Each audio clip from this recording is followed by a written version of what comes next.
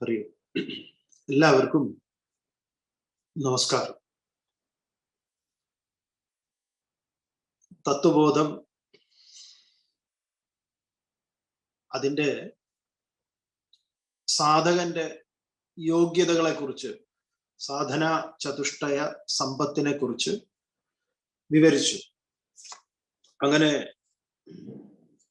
തത്വവിവേകസ്യ അധികാരിണഃ ഭവന്തി. അനന്തരം ക്ഷമാദമ ഉപരതി തിദിക്ഷ ശ്രദ്ധ സമാധാനം മുമുക്ഷുത്വം ഇത്യാദി ഗുണങ്ങളാൽ സമ്പന്നമായി കഴിഞ്ഞാൽ പിന്നെ തത്വം ബോധിക്കുന്നതിന് അധികാരിയായി ഭവിക്കുന്നു എന്ന് പറയുന്നു. സ്വാഭാവികമായും സംശയം, എന്താണ് ഈ തത്വവിവേകം, തത്വബോധം, തത്വവിവേകം എന്നൊക്കെ പറഞ്ഞാൽ എന്താണ്? അത് ചോദിക്കുന്നു. തത്വവിവേക കഹ, എന്താണ് തത്വവിവേകം? എന്താണ് തത്വവിവേകം?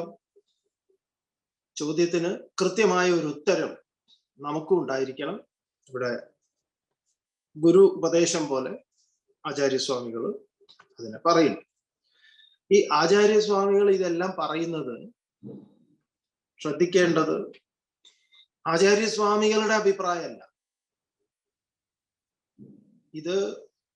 ഇതാണ് വേദത്തിൽ പറഞ്ഞിട്ടുള്ളത്. അതിനെ വളരെ നന്നായിട്ട് ക്രോഡീകരിക്കുക, പ്രധാനപ്പെട്ട കാര്യങ്ങളെയൊക്കെ എടുത്തു കൊണ്ടുവന്ന് നമ്മളെ ബോധിപ്പിക്കുകയാണ്. അപ്പോ എന്താണ് തത്വവിവേകം? ആ തത്വവിവേകത്തിന് വിവരണം തരും. ആത്മാ സത്യം തദന്യത് സർവം മിഥ്യേതി. ആത്മാ സത്യം തദന്യത് സർവം മിഥ്യേതി. ആത്മാ സത്യം, ആത്മാവാണ് സത്യം. സ്വാഭാവികമായിട്ടും എന്താണ് ആത്മാവ് എന്ന് ചോദ്യം വരും. ആ ചോദ്യത്തിന് ഉത്തരം ഉണ്ടാവും. അത് കഴിഞ്ഞിട്ടേ ആത്മാവിനെ കുറിച്ച് നമ്മൾ ഒരു ഡെഫിനിഷനിൽ എത്താവും.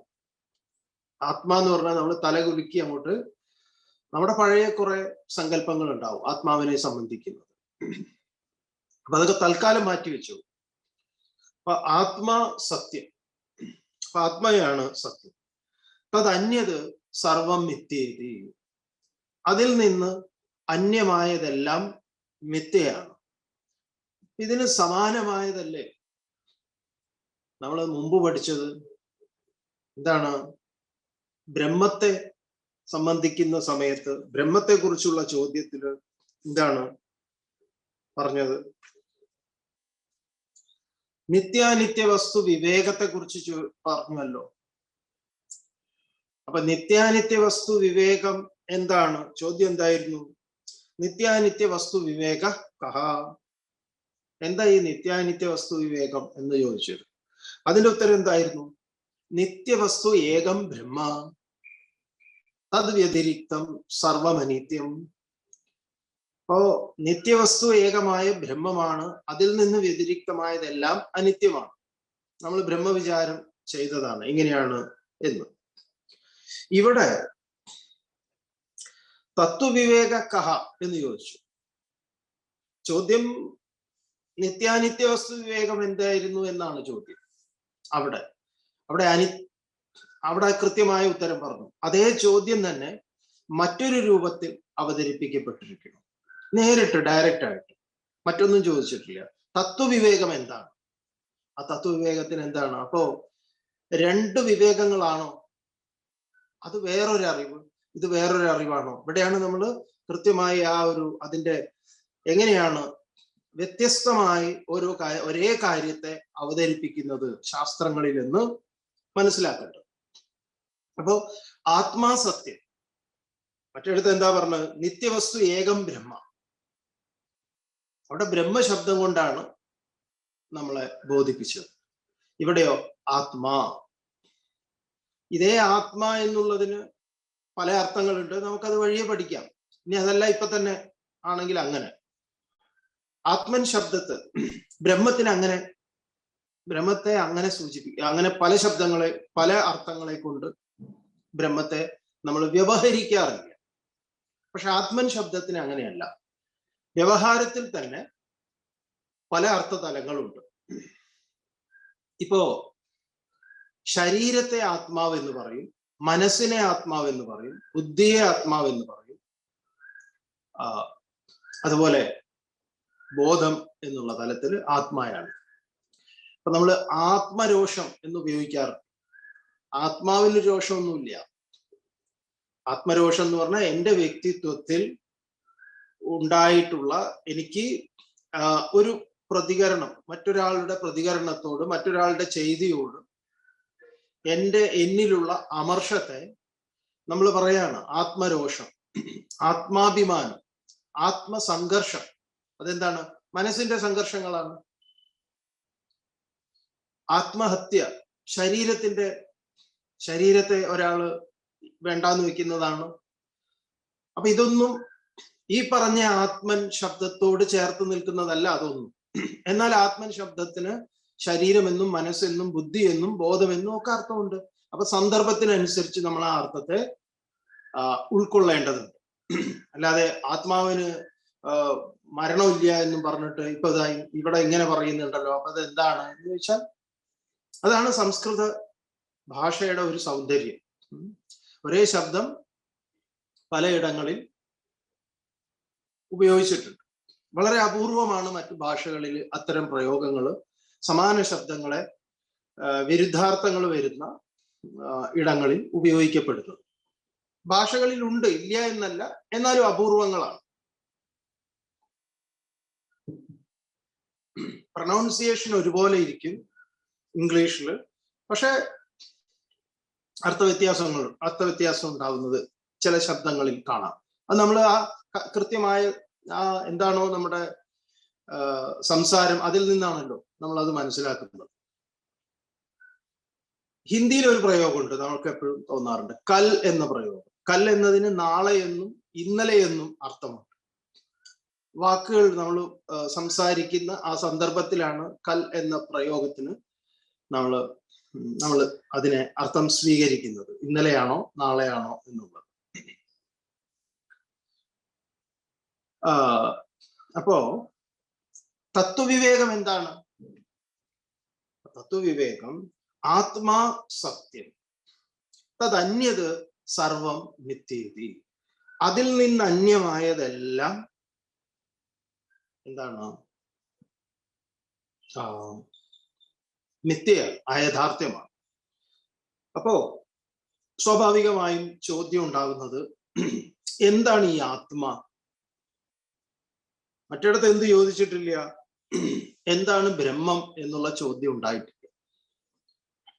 ബ്രഹ്മം എന്താണ് എന്നുള്ളതിന് നമ്മളൊരു ഉപനിഷത്ത് ഉദ്ധരണി ഉദ്ധരിച്ച് പറഞ്ഞു തന്നിട്ടുണ്ട്, ഓർമ്മ വേണം. എന്താണ്?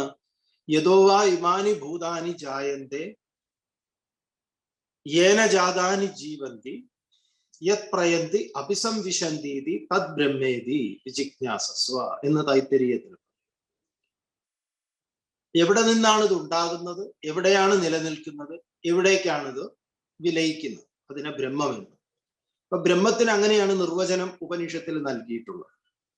അപ്പൊ ഇവിടെ ആത്മാവിനെ കുറിച്ച് ചോദിക്കുക, എന്തിനാണ് ഇതിങ്ങനെ വേർതിരിച്ച് പഠിക്കുന്നത് എന്നാണെങ്കിൽ, അങ്ങനെ പഠിക്കുമ്പോഴാണ് നിങ്ങൾക്ക് അതിന് ഒരു വ്യക്തത ഉണ്ടാവുക. ഈ ശബ്ദങ്ങള് ആചാര്യന്മാര് എന്തുകൊണ്ട് ഇങ്ങനെ പ്രയോഗിച്ചു എന്നുള്ളത്. അപ്പൊ ആത്മാ കഹ, എന്താണ് ആത്മാവ്? ആരാണ് ആത്മാവ്? കഹ എന്ന് വെച്ചാൽ ആര് എന്നാണ്. ആരാണ് ആത്മാവ്? എന്താണെന്നല്ല, കിം, എന്ത്. കഹ, ആരാണ്? സ്ഥൂല സൂക്ഷ്മ കാരണ ശരീരാത് വ്യതിരിക്ത. സ്ഥൂല സൂക്ഷ്മ കാരണ ശരീര. അപ്പൊ സൂക്ഷ്മ സ്ഥൂല കാരണം, 3 ശരീരങ്ങൾ. ഈ 3 ശരീരങ്ങളിൽ നിന്ന് വേറിട്ടത്. അപ്പൊ നമുക്ക് 3 ശരീരങ്ങളുണ്ട്: സൂക്ഷ്മ ശരീരം, സ്ഥൂല ശരീരം, കാരണ ശരീരം. സ്ഥൂല സൂക്ഷ്മ കാരണം, അതാണ് അതിന്റെ ആ ലെയർ. സ്വാഭാവികമായിട്ടും എന്താണ് ഈ സ്ഥൂല ശരീരം, എന്താണ് ഈ സൂക്ഷ്മ ശരീരം? എന്താണ് ഈ കാരണ ശരീരം എന്നൊക്കെയുള്ള ചോദ്യം സ്വാഭാവികമായിട്ട് നമുക്ക് ഉടലെടുക്കും. അതൊക്കെ ചോദ്യങ്ങൾ ഇവിടെ വരുന്നുണ്ട്, അതിന് കൃത്യമായ ഉത്തരങ്ങളുമുണ്ട്. ഏതായാലും ഇതാണല്ലോ ഈ തത്വബോധത്തിന്റെ ഒരു രീതി. അങ്ങനെയാണ്, ഒരു കാര്യം അത് പറയുന്നു, പിന്നെ അതിന്റെ ആ പറഞ്ഞ ശബ്ദങ്ങളെ വിശദീകരിച്ച് മുന്നോട്ടേക്ക് പോകുന്നു. അപ്പൊ സ്ഥൂല സൂക്ഷ്മ കാരണ ശരീരാത് വ്യതിരിക്ത. അപ്പൊ സ്ഥൂല ശരീരത്തിൽ നിന്നും സൂക്ഷ്മ ശരീരത്തിൽ നിന്നും കാരണ ശരീരത്തിൽ നിന്നും വ്യതിരിക്തമായ. അപ്പൊ ആത്മാവ് നമ്മുടെ സ്ഥൂല സൂക്ഷ്മ കാരണ ശരീരത്തിലാണോ നിലകൊള്ളുന്നത്? ഈ ആത്മാവിനെ കുറിച്ച് പലർക്കും പല ധാരണയുണ്ട്. ഈ ആത്മാവിലാണോ ശരീരം, ശരീരത്തിലാണോ ആത്മാവ്? ഈ മരിച്ചു കഴിഞ്ഞാൽ എന്തു പറ്റും ആത്മാവിന്? അതൊക്കെ ഇവിടെ നമുക്ക് ശരിയാവും. അപ്പൊ ഈ 3 ശരീരങ്ങളിൽ നിന്ന് വ്യതിരിക്തമാണ്. പഞ്ചകോശാതീത, 5 കോശങ്ങൾക്ക് അതീതമാണ്. എന്താണ് ഈ 5 കോശങ്ങൾ? വഴിയെ വരുന്നുണ്ട്, നമുക്ക് മനസ്സിലാക്കാം. അപ്പൊ 3 ശരീരങ്ങൾ, 5 കോശങ്ങൾ, അവസ്ഥാത്രയ സാക്ഷി. അപ്പോ അവസ്ഥാത്രയങ്ങൾ, അപ്പൊ 3 അവസ്ഥകൾ. അവസ്ഥാത്രയങ്ങൾ എന്ന് പറഞ്ഞാൽ, ത്രയം എന്ന് പറഞ്ഞാൽ 3 അവസ്ഥകൾ. എന്തൊക്കെയാണ് 3 അവസ്ഥകൾ? ജാഗ്രത്, സ്വപ്ന, സുഷുപ്തി. അപ്പൊ സ്ഥൂല സൂക്ഷ്മ കാരണ ശരീരത്തിൽ നിന്ന് വ്യതിരിക്തവും പഞ്ചകോശം, അന്നമയ, പ്രാണമയ, മനോമയ, വിജ്ഞാനമയ, ആനന്ദമയ, ഇതാണ് 5 കോശങ്ങൾ. ഈ അന്നമയ, പ്രാണമയ, മനോമയ, വിജ്ഞാനമയ, ആനന്ദമയ കോശങ്ങളിൽ നിന്ന് കോശങ്ങളെ അതീത, അതിനതീതമായിട്ടുള്ള അവസ്ഥാത്രയങ്ങൾക്ക്, ജാഗ്രത്, സ്വപ്ന, സുഷുപ്തി അവസ്ഥ, 3 അവസ്ഥകൾക്ക് എന്താണ്? അവസ്ഥാത്രയങ്ങൾക്ക് അതീതം എന്നല്ല, ശ്രദ്ധിക്കണം. എല്ലാം ഒറ്റയടിക്ക് അതീതം എന്ന് പറഞ്ഞു പോകരുത്. ഇപ്പൊ ഇവിടെ ഉപയോഗിക്കുന്ന ഓരോരോ സംസ്കൃതത്തിൽ ഉപയോഗിക്കുന്ന പദങ്ങളുണ്ട്, അത് വളരെ വ്യക്തമാണ്. ആദ്യത്തേത് എന്താ? സ്ഥൂല സൂക്ഷ്മ കാരണ ശരീരാത് വ്യതിരിക്ത. വ്യതിരിക്തം എന്ന് പറഞ്ഞു കഴിഞ്ഞാൽ വേറിട്ട് നിൽക്കുന്ന. പിന്നെയോ പഞ്ചകോശ അതീത, പഞ്ചകോശങ്ങൾക്കപ്പുറത്ത്. അവസ്ഥാത്രയ സാക്ഷി, ഈ ജാഗ്രത്, സ്വപ്ന, സുഷുപ്തി അവസ്ഥകളെ നിരീക്ഷിക്കുന്ന ഒബ്സർവറാണ്. അപ്പോ അവസ്ഥാത്രയ സാക്ഷി. സച്ചിത് ആനന്ദ രൂപ, സച്ചിദാനന്ദ സ്വരൂപ. അതിന്റെ സ്വരൂപം സച്ചിദാനന്ദമാണ്. സൻ, അങ്ങനെ ഇരിക്കുന്ന, യഹ തിഷ്ഠതി, യാതൊന്നുണ്ടോ, യാതൊന്ന് നിലകൊള്ളുന്നുവോ, ഇരിക്കുന്നുവോ, സ ആത്മാ, അതാകുന്നു ആത്മാ. അപ്പോ ആത്മ എന്ന് പറഞ്ഞാൽ എന്താണ് എന്ന ചോദ്യത്തിന് ഇതാണ് ഉത്തരം.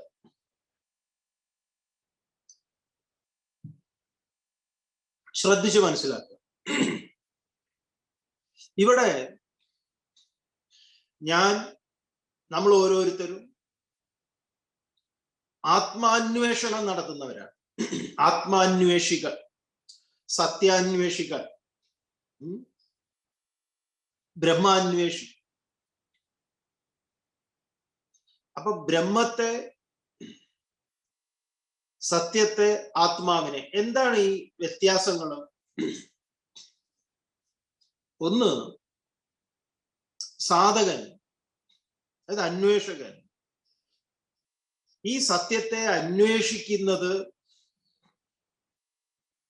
അതിനെ കണ്ടെത്താൻ ശ്രമിക്കുന്നത്, അതിനെ കണ്ടെത്തി അനുഭവിക്കുന്നത്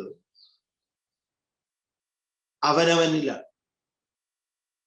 അപ്പൊ ഈ അന്വേഷണം, ഇതിൽ തനിക്ക് കണ്ടെത്തേണ്ടുന്ന ആത്മാവിനെ തന്നിൽ നിന്നാണ് ആരംഭിക്കുന്നത്. അപ്പൊ താൻ അതിനെ എവിടെയാണ്, എങ്ങനെയാണ് അതിനെ അറിയേണ്ടത്? അപ്പൊ ഈ പ്രപഞ്ചത്തിന് മുഴുവൻ നിലനിൽപ്പിന് ആധാരം അതാണ്. സ്വാഭാവികമായിട്ടും തന്റെ നിലനിൽപ്പിനും ആധാരം അത് തന്നെ. അപ്പോ അവനവനിലേക്ക് ഈ അന്വേഷണം തിരിക്കുമ്പോൾ, അപ്പോഴാണ് ഇത് ആത്മാന്വേഷണം, നേരത്തെ പറഞ്ഞിട്ടുള്ള ആത്മാന്വേഷണം എന്ന് അവനവനിലേക്ക് അതിന്റെ അന്വേഷണത്തെ തിരിച്ചുവിടുക. എന്നിട്ട് അത് സാക്ഷാത്കരിച്ചു കഴിഞ്ഞാൽ പിന്നെ തനിക്ക് താൻ കണ്ടെത്തിയ സത്യം തന്നെയാണ് ഈ പുറത്ത് വിരാജിക്കുന്നത് എന്ന തിരിച്ചറിവുണ്ടാവും. അപ്പൊ ഈ അനുഭവ തലങ്ങളിൽ അല്ലെങ്കിൽ അതിനെ വിവരിക്കുന്ന സമയത്ത്, അതുകൊണ്ടാണല്ലോ ഉപനിഷത്തില് മഹാവാക്യത്തിൽ അത് നീയാകുന്നു എന്ന് പറഞ്ഞു. അത് നീയാണ്. ഏത് അതെന്ന് സൂചിപ്പിച്ചത് ഏതിനെയാണ്? ഈ വിശ്വത്തിന്റെ പരമമായ കാരണം ഏതാണോ ബ്രഹ്മത്തിന് നിർവചനം നൽകിയ സമയത്ത്, ആത്മാവിന് നിർവചനം നൽകിയ സമയത്ത്, നിത്യവസ്തു ഏകം ബ്രഹ്മ തദ് വ്യതിരിക്തം സർവമനിത്യം, അതിൽ നിന്ന് ഭിന്നമായതെല്ലാം അനിത്യം എന്ന് പറഞ്ഞു. അത് നീയാണ്. അപ്പോ ഇനി അതിൽ നിന്ന് വ്യതിരിക്തമായത്, അപ്പൊ എന്നിൽ നിന്ന് എനിക്ക് വ്യതിരിക്തമായി അതല്ലാത്ത മറ്റു പലതും ഉണ്ട്. ഇവിടെ തന്നെ ആദ്യം തന്നെ നമ്മുടെ 3 ശരീരത്തെ തന്നെ അവതരിപ്പിക്കുന്നു. 3 ശരീരത്തെ പറയും: സ്ഥൂല, സൂക്ഷ്മ, കാരണം. ഈ 3 ശരീരങ്ങൾ എന്തൊക്കെയാണ്? ഈ 3 ശരീരത്തിന്റെ ചേരുവ, അസ്തിത്വം വിശദീകരിക്കുന്നുണ്ട്. നമുക്ക് ആ സമയത്ത് അതിനെ പറയാലോ. അപ്പൊ ഇവിടെ വിശദീകരണമുണ്ട്. അതുപോലെ അവസ്ഥാത്രയങ്ങൾ, അതെന്താണ്? പഞ്ചകോശങ്ങൾ എന്താണ്? ഇതിൽ നിന്നൊക്കെ എന്താണ്? അന്യമായിട്ടുള്ളതാണ്. ഒന്നിന് സാക്ഷിയാണ്, ഒന്നിന് മുകളിലാണ്, ഒന്നിൽ നിന്ന് തികച്ചും ഭിന്നമാണ്. തത് വ്യതിരിക്തം, അതൊക്കെ അനിത്യമായിട്ടുള്ള, നിത്യമായിട്ടുള്ളതാണ് ആത്മാ. നമുക്ക് മുന്നോട്ട് പോയാൽ അത് വ്യക്തമാവും. അപ്പോ അങ്ങനെ യഹ തിഷ്ഠതി, യാതൊന്നുണ്ടോ, സ ആത്മാ, അത് ആത്മാവാകും. അപ്പൊ ഈ ആത്മാനുഭവം, ആത്മാവിനെ, അതിന്റെ ഒരു ചെറിയ ഒരു, നമ്മൾ പറയുമല്ലോ, ലാഞ്ചന അല്ലെങ്കിൽ ഒരു സ്പാർക്ക്, അതാദ്യം ഈ നമ്മുടെ ബുദ്ധിക്ക് ബോധിക്കാം എന്താണ് ഇത്. ശരി, ഇനി ഓരോന്നിനെ പഠിക്കുക. ആദ്യം തന്നെ സ്ഥൂല ശരീരത്തെ കുറിച്ചാണ് പറഞ്ഞത്. സ്ഥൂല, സൂക്ഷ്മ, കാരണ ശരീരാത് വ്യതിരിക്ത. ശരി, നമ്മുടെ എന്താണ് ഈ സ്ഥൂല ശരീരം? സ്ഥൂല ശരീരം കിം? എന്താണ് സ്ഥൂല ശരീരം? പറ. പഞ്ചീകൃത പഞ്ചമഹാഭൂതൈഹി കൃതം സത്കർമ്മജന്യം സുഖദുഃഖാദി ഭോഗായതനം ശരീരം. അപ്പൊ എന്തൊക്കെയാണ്? പഞ്ചീകൃത പഞ്ചമഹാഭൂതൈഹി കൃതം. പഞ്ചീകൃതം, 5 ചേരുവകളെ കൊണ്ട് ചെയ്യപ്പെട്ടിട്ടുള്ളത്. എന്തൊക്കെയാണ് ഈ പഞ്ചീകൃതം? എന്താണ് ഈ പഞ്ചീകൃതം? പഞ്ചീകൃതം എന്ന് പറഞ്ഞാൽ പഞ്ചീകരണം. എന്തിന്റെ പഞ്ചീകരണമാണ്? പഞ്ചമഹാഭൂതൈഹി, പഞ്ചീകൃത പഞ്ചമഹാഭൂതൈഹി, പഞ്ചീകരിക്കപ്പെട്ട പഞ്ചമഹാഭൂതങ്ങളാൽ ചെയ്യപ്പെട്ട. അങ്ങനെയാണ്. അപ്പൊ ഇതില് പഠിക്കേണ്ടുന്ന ഒന്നുണ്ട്, പഞ്ചീകരണം. എന്താണ് ഈ പഞ്ചീകരണം? പഞ്ചമഹാഭൂതൈഹി, പഞ്ചമഹാഭൂതങ്ങളെ കുറിച്ച് നമുക്കറിയുന്നതാണ്. ആകാശം, വായു, അഗ്നി, ജലം, ഭൂമി. അതാണ് അതിന്റെ ക്രമം. ഏതസ്മാദ് ആത്മന ആകാശ സംഭൂത, ആകാശാത് വായുഹു വായോരഗ്നിഹി അഗ്നേരാപഹ അദ്ഭ്യ പൃഥിവി. അതാണ് അതിന്റെ ക്രമം. ഭൂമി അല്ലെങ്കിൽ പിന്നെ ഭൂമിയിൽ നിന്ന് അടിയിൽ നിന്ന് മുകളിലേക്ക് വരണം, മുകളിൽ നിന്ന് താഴേക്ക് പോകണം. അപ്പൊ ആകാശത്തിൽ നിന്നാണ് വായു, വായുവിൽ നിന്നാണ് അഗ്നി, അഗ്നിയിൽ നിന്നാണ് ജലം, ജലത്തിൽ നിന്നാണ് ഭൂമി, ഭൂമിയിൽ നിന്നാണ് ഔഷധികളും മറ്റു സംഗതികളൊക്കെ. എന്തായാലും ഈ പഞ്ചീകരണം എന്താണ് എന്നുള്ളത് ഇവിടെ ചോദ്യമുണ്ട്, പഞ്ചീകരണം എന്താണെന്നുള്ളത് പറയുന്നുമുണ്ട്. പഞ്ചമഹാഭൂതൈഹി കൃതം, അങ്ങനെ പഞ്ചീകരിക്കപ്പെട്ട പഞ്ചമഹാഭൂതം. അങ്ങനെയാണെങ്കിൽ പഞ്ചീകരിക്കപ്പെടാത്ത പഞ്ചമഹാഭൂതങ്ങളുണ്ടോ? ഉണ്ട്. അപഞ്ചീകൃത പഞ്ചമഹാഭൂതങ്ങളുണ്ട്. ഇത് വളരെ ഇതൊരു സയൻസാണ് ശരിക്കും പറഞ്ഞത്. നമ്മൾ ഇത് പഠിക്കുമ്പോൾ മനസ്സിലാവും. പിന്നെ സത്കർമ്മജന്യമാണ്. ഒരു സത്കർമ്മത്തിൽ നിന്ന് ആവിർഭൂതമായതാണ്. സത്കർമ്മമാണ് ഇതിന്റെ കാരണം. ഏതിന്റെ? ഈ സ്ഥൂല ശരീരത്തിന്റെ. സുഖ ദുഃഖാദി ഭോഗായതനം. സുഖം ദുഃഖം, ദ്വന്ദ്വങ്ങള്, വിപരീതങ്ങള്, ഇതിന് ഈ സുഖ ദുഃഖ ഭോഗ ആയതനം ഇതൊക്കെ അനുഭവിക്കാനുള്ള ഒരു ഇടമാണ്. അതാണ് ഈ ശരീരം, സ്ഥൂല ശരീരം. ഈ ശരീരത്തിന് 6 പരിണാമങ്ങളും ഷഡ്വികാരവതേത സ്ഥൂല ശരീരം എന്നാണ്. എന്തൊക്കെയാണ് ഷഡ്വികാരങ്ങള്? 6 വികാരങ്ങള്. അസ്ഥി, ജായതേ, വർദ്ധതേ, വിപരീണമതേ, അപക്ഷീയതേ, വിനശ്യതി. ഇത് ഷഡ്വികാരവതേത സ്ഥൂല ശരീരം. സ്ഥൂല ശരീരം കിം? എന്താണ് സ്ഥൂല ശരീരം? പഞ്ചീകൃത പഞ്ചമഹാഭൂതൈഹി കൃതം സത്കർമ്മജന്യം സുഖദുഃഖാദി ഭോഗായതനം ശരീരം അസ്തി ജായതേ വർദ്ധതേ വിപരീണമതേ അപക്ഷീയതേ വിനശ്യതി ഇതി ഷഡ്വികാരവതേത സ്ഥൂല ശരീരം. എന്തൊക്കെയാണ് പറഞ്ഞത്? പഞ്ചീകരിക്കപ്പെട്ട പഞ്ചമഹാഭൂതങ്ങളാൽ നിർമ്മിക്കപ്പെട്ട, കൃതം ചെയ്യപ്പെട്ട, സത്കർമ്മങ്ങളിൽ നിന്ന് രൂപപ്പെട്ട, സുഖദുഃഖങ്ങളുടെ സമ്മിശ്രമായതിനെ അനുഭവിക്കാനുള്ള ശരീരത്തിന് ഉണ്ടായി. അസ്ഥി ഉണ്മ, എക്സിസ്റ്റൻസ്. ജായതേ ഉണ്ടായി, വർദ്ധതേ അത് വർദ്ധിച്ച്, അതെന്താണ്? അത് വളർന്ന്, വിപരീണമതേ പരിണമിച്ച്. എന്തൊക്കെയാണ്? ജനിച്ച സമയത്ത് ശിശു എന്ന് പറഞ്ഞു, പിന്നീട് അതിന് ബാല്യമായി, കുട്ടിയായി, ശൈശവം മാറി ബാല്യം വന്നു, പിന്നീട് അതിന് യുവത്വം വന്നു, പിന്നെ മധ്യാവസ്ഥ വന്നു, പിന്നെ വാർദ്ധക്യമായി, പിന്നീട് അത് നാശവുമായി, നശിച്ചു.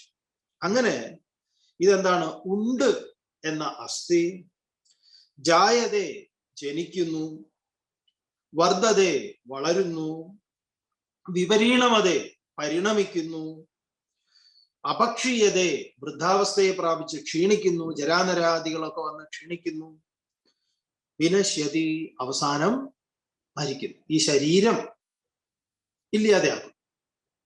അപ്പൊ ശരീരത്തിന് ഈ പറഞ്ഞ 6 വികാരങ്ങൾ കൂടിയിട്ടുള്ള ഏതത്? ഷഡ്വികാരവതേതത് സ്ഥൂല ശരീരം.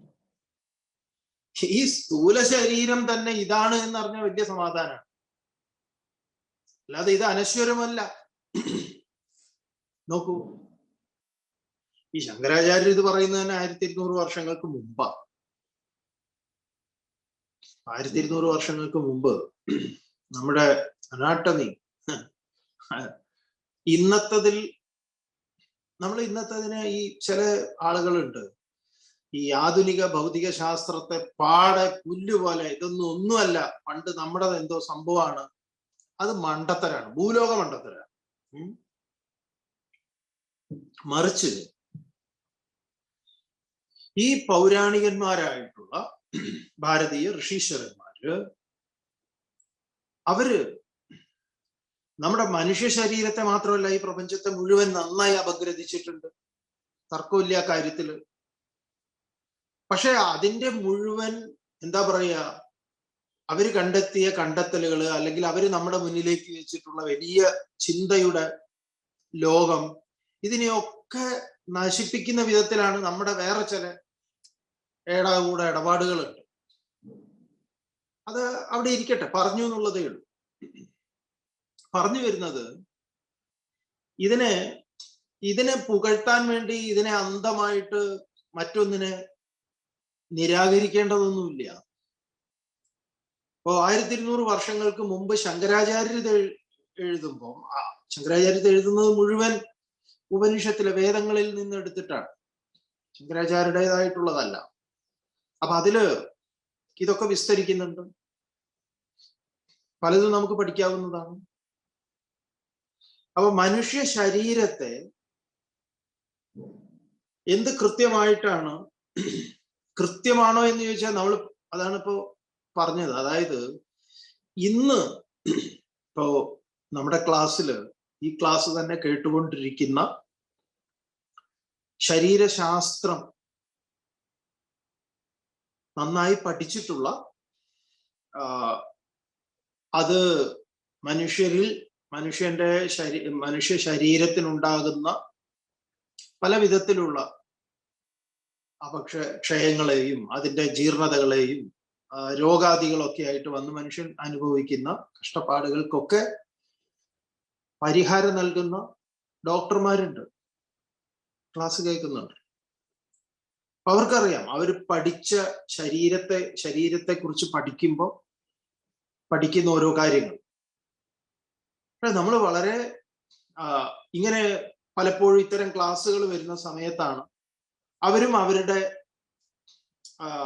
ഇത്തരം അറിവുകളെ അവർ പങ്കുവെക്കാറുണ്ട്. അപ്പൊ അവർ പറയുന്നുണ്ട്, ഈ പറയുന്ന ഈ ഏരിയകളിലൊന്നും തന്നെ വാസ്തവത്തിൽ അത്തരം പഠനങ്ങൾ ഞങ്ങൾക്ക് നടന്നിട്ടില്ല. ഇതൊരു അത്ഭുതം തന്നെയാണെന്ന് പറയാറുണ്ട്. അതും അക്കാലത്ത് 1200 വർഷങ്ങൾക്ക് മുമ്പ്. വേദത്തെ കുറിച്ച് പറയുമ്പോൾ 5000 വർഷങ്ങളാണല്ലോ. ഇത് 1200 വർഷം മുമ്പ് ഒരാൾ എഴുതിയത്. അതുകൊണ്ട് നമ്മൾ ഈ 1200ലേക്ക് വരും. ഇത് എവിടുന്നാണ് എഴുതാനുള്ള ഇദ്ദേഹത്തിന്റെ പ്രചോദനം എന്നാണെങ്കിൽ 5000 വർഷങ്ങൾക്ക് മുമ്പുള്ള വേദകാലഘട്ടത്തെ അങ്ങനെയാ പറയുന്നത്. അത് എല്ലാവരും സമ്മതിച്ചു തരില്ല. 25,000 50,000 എന്നൊക്കെ പറയും. നമ്മൾ പിന്നെ അത്രയ്ക്കൊന്നും പോകുന്നില്ല. പൊതുവെ ചരിത്രകാരന്മാരൊക്കെ ഒരു ഏറെക്കുറെ ഒരു സമ്മതി നൽകിയിട്ടുള്ള ഒന്നാണ്. 2000 വർഷമാണ് കാശി വിശ്വനാഥ ക്ഷേത്രത്തിന്റെ, കാശി തെരുവുകളുടെയൊക്കെ ആ ഗല്ലി, അതിന്റെയൊക്കെ ഒരു ലോകത്തിലെ ആദ്യത്തെ പട്ടണം എന്ന് വേണമെങ്കിൽ വിശേഷിപ്പിക്കാം.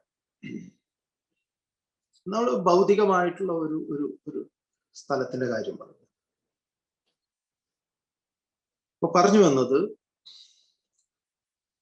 ഈ നമ്മുടെ ശരീരം ഉൽപ്പന്നമായത് പഞ്ചീകരിക്കപ്പെട്ട പഞ്ചമഹാഭൂതങ്ങൾ എന്ന് പറയുമ്പോൾ ഈ ആകാശവും വായുവും അഗ്നിയും ജലവും ഭൂമിയും തന്നെ, ഈ ആകാശത്തിലും വായുവിലും അഗ്നിയിലും ജലത്തിലും ഭൂമിയിലും ഉണ്ടായിട്ടുള്ള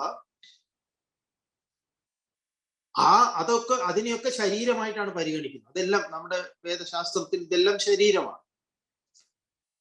ആ ശരീരം എങ്ങനെയാണ് രൂപപ്പെട്ടത് എന്നത് മുതൽ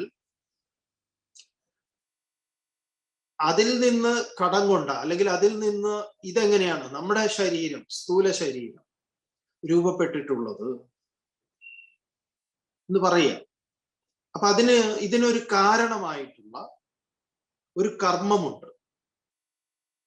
ഒരു ശരീരം ഉടലെടുക്കുന്നതിന് ഒരു കാരണമുണ്ട്. ഇവിടെയാണ് ഈ സനാതന ധർമ്മവും ക്രിസ്ത്യൻ ഫിലോസഫിയും തമ്മിലുള്ള വ്യത്യാസം. ഇതിനെ പറയുന്നത് എന്താണെന്നറിയോ? സത്കർമ്മജന്യം എന്നാണ്. ഇതൊരു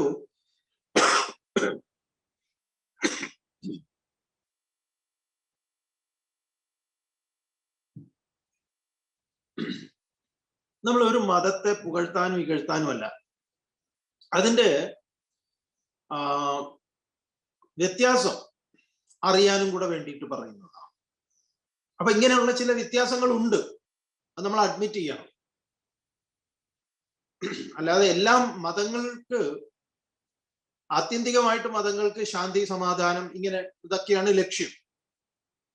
പക്ഷെ അത് പറയുന്ന അതിന്റെ കാഴ്ചപ്പാടുകളിൽ, പലതിനെ കുറിച്ചുള്ള കാഴ്ചപ്പാടുകളിൽ, പ്രകൃതിയെക്കുറിച്ച്, ഈ ചുറ്റുപാടിനെ കുറിച്ച്, മനുഷ്യനെ കുറിച്ച് കാഴ്ചപ്പാടുകളിൽ വ്യത്യാസങ്ങൾ ഉണ്ടാവാം. ഈ ക്രിസ്തുമത പ്രകാരം പാപത്തിൽ നിന്നാണ് മനുഷ്യൻ ജനിക്കുന്നത്. അതുകൊണ്ടാണ് പാപത്തിന്റെ സന്തതികൾ, അല്ലയോ പാപികളെ എന്ന് അഡ്രസ് ചെയ്യുന്നത്. അതുകൊണ്ട്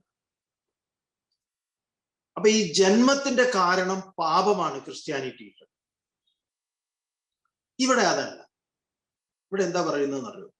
ജന്മത്തിന് കാരണം ഒരു ശ്രേഷ്ഠമായ സവിശേഷമായ കർമ്മമാണ്. ആ കർമ്മം സ്ത്രീ പുരുഷ പാരസ്പര്യം, നമ്മൾ ലൈംഗികത എന്നൊക്കെ പറയുന്ന, അത് ഉപനിഷത്ത് ഋഷിയുടെ ഭാഷയിൽ അതൊരു യജ്ഞമാണ്. അപ്പൊ ഇവിടെ അങ്ങനെ ഉദാത്തമായ ഒരു കർമ്മത്തിൽ നിന്ന്, ആ കർമ്മത്തെയാണ് ഇവിടെ സത്കർമ്മം എന്ന് പറഞ്ഞത്. അതൊരു സെക്സ് അല്ല, കേവലം ലൈംഗികതയല്ല, സത്കർമ്മമാണ്. ആ സത്കർമ്മത്തിൽ നിന്നാണ് ഇത് ജനിച്ചത്. പിന്നെയോ ഈ ശരീരം സുഖം മാത്രം അനുഭവിക്കാനുള്ളതും അല്ല. എന്നാലോചിച്ച് നോക്കൂ, ഇതിൽ വിപരീതങ്ങൾ, അതാണ് സുഖദുഃഖാദി. സുഖദുഃഖാദി എന്ന് പറഞ്ഞു കഴിഞ്ഞാൽ മാനം, അവമാനം, ലാഭം, നഷ്ടം, ഇങ്ങനെ തുടങ്ങിയിട്ടുള്ള വിപരീതങ്ങളായിട്ടുള്ള എല്ലാ ഇമോഷൻസും, എല്ലാ വികാര വിചാരങ്ങളും അനുഭവിക്കാനുള്ള ഒരു ഇടവും കൂടിയാണ്. അപ്പൊ ആ ഇടത്തിൽ ഇതിനൊക്കെ സ്പേസ് ഉണ്ട്. ഇത് തന്നെ വലിയൊരു ഉൾക്കാഴ്ചയല്ലേ? ഇതന്നെ ഒരു സമാധാനം തരുന്ന ഒരു, ഇതിന് വേറെ ഓപ്ഷൻ ഒന്നും ഇല്ലെന്നേ. ഇപ്പൊ റെയിൽവേ സ്റ്റേഷനിലോ എയർപോർട്ടിലോ ബസ് സ്റ്റാൻഡിലോ പോയിട്ട് അവിടെ വെയിറ്റിംഗ് റൂമിൽ നമ്മൾ ഇരിക്കുന്നു. അവിടെ പലരും വന്നിരിക്കും. നമുക്ക് തീരെ ഇഷ്ടമില്ലാത്ത ഒരാളാണ് വന്നിരിക്കുന്നത്. അയാളോട് അവിടുന്ന് എണീറ്റ് പോകാൻ പറയാൻ പറ്റൂ? അത് പറ്റില്ല. കാരണം എന്താണ്? അയാൾക്കും കൂടെ അവകാശപ്പെട്ടതാണ് ആ സ്പേസ്. അത് പബ്ലിക് സ്പേസ് ആണ്.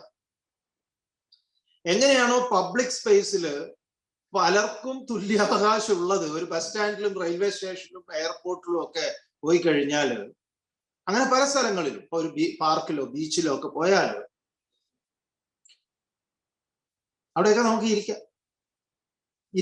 ഇരിക്കാൻ അനുവദിച്ച സ്ഥലമാണെങ്കിൽ ഇരിക്കാം. ഇന്നെന്ന ആളുകൾക്ക് ഇരിക്കാവുന്നില്ല.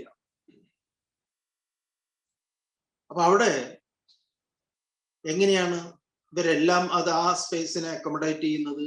അതുപോലെ ഈ ശരീരം ഈ പറഞ്ഞ പോലെ ഒരു പബ്ലിക് സ്പേസ് ആണ്. എങ്ങനെ? ഇവിടുത്തെ പബ്ലിക് ആരാണ്? ഈ സുഖ ദുഃഖാദികള്, ഇവരൊക്കെ വരും. ഇതാണ് വിവേകാനന്ദ സ്വാമികൾ സുഹൃത്തിന്റെ മരണത്തിൽ പറഞ്ഞത്. അത് വരും.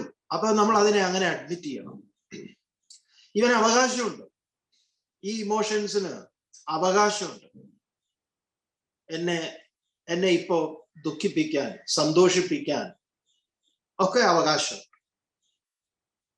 അല്ലാതെ സുഖം മാത്രം അതിനുള്ളതല്ല ഈ ശരീരം. അങ്ങനെ ഒരു ശരീരത്തിനും ഇവിടെ സുഖം മാത്രം അനുഭവിച്ചുകൊണ്ട് കടന്നു പോകാനും പറ്റില്ല. പിന്നെ എന്താണ് ഈ വേദാന്ത പഠനത്തിന്റെ ഉദ്ദേശം? അതെ, നല്ല ചോദ്യം. അങ്ങനെ സ്വയം ചോദ്യം വരണം ഉള്ളിൽ നിന്ന്. അപ്പൊ ഈ ദ്വന്ദ്വങ്ങളെ ജയിക്കാൻ, അതാണ് ഗീതയിൽ അർജുനന് കൊടുക്കുന്ന ഉപദേശം. എന്താണ്? ദ്വന്ദ്വാതീതോ ഭവ. ദ്വന്ദ്വങ്ങളെ അതിജീവിക്കാൻ പഠിക്കൂ അർജുന, നീ അതായി തീരും. അപ്പൊ അത് നടക്കൂ.